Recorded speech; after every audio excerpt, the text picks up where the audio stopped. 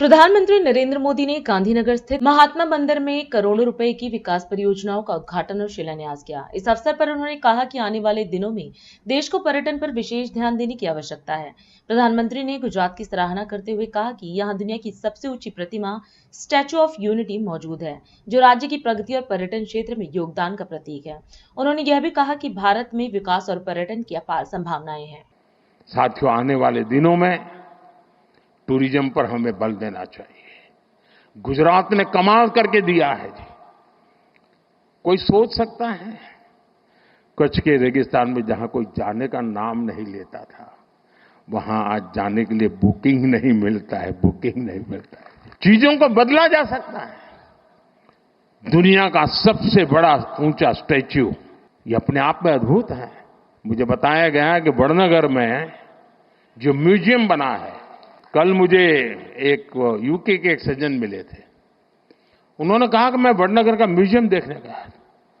ये international level में इतने ग्लोबल स्टैंडर्ड का वो म्यूजियम बना है, और भारत में काशी जैसे बहुत कम जगह हैं कि जो अविनाशी है, जो कभी भी मृतप्राय नहीं हुए, जहां हर पल जीवन रहा है, उसमें एक वडनगर है जिसमें 2800 साल तक के सबूत मिले। अभी हमारा काम है कि वो इंटरनेशनल टूरिस्ट मैप पर कैसे आए। हमारा लोथल, जहां हम एक म्यूजियम बना रहे हैं, मैरीटाइम म्यूजियम, 5000 साल पहले मैरीटाइम में दुनिया में हमारा डंका बजता था। धीरे धीरे हम भूल गए। लोथल उसका जीता जागता उदाहरण है। लोथल में दुनिया का सबसे बड़ा मैरीटाइम म्यूजियम बन रहा है। आप कल्पना कर सकते हैं कि इन चीजों का कितना लाभ होने वाला है। और इसलिए मैं कहता हूं, 2005 का हुए समय था जब पहली बार गिफ्ट सिटी के आइडिया को कंसीव किया गया, और मुझे याद है शायद हमने इसका लॉन्चिंग टैगोर हॉल में किया था। तो उसके बड़े बड़े जो हमारे मन में डिजाइन थी, उसके चित्र लगाए थे। आज वो गिफ्ट सिटी हिंदुस्तान का हर राज्य कह रहा है कि हमारे यहां भी एक गिफ्ट सिटी होना चाहिए। साथियों, एक बार कल्पना को करते हुए उसको जमीन पर, धरातल पर उतारने का अगर हम प्रयास करें तो कितने बड़े अच्छे परिणाम मिल सकते हैं, ये हम भली भांति देख रहे हैं। वही कालखंड था, रिवर फ्रंट को कंसीव किया। वही कालखंड था जब दुनिया का सबसे बड़ा स्टेडियम बनाने का सपना देखा, पूरा किया। वही कालखंड था दुनिया का सबसे ऊंचा स्टैच्यू बनाने के लिए सोचा, पूरा किया। भाइयों बहनों, एक बार हम मान के चले, हमारे देश में पोटेंशियल बहुत है, बहुत सामर्थ्य है।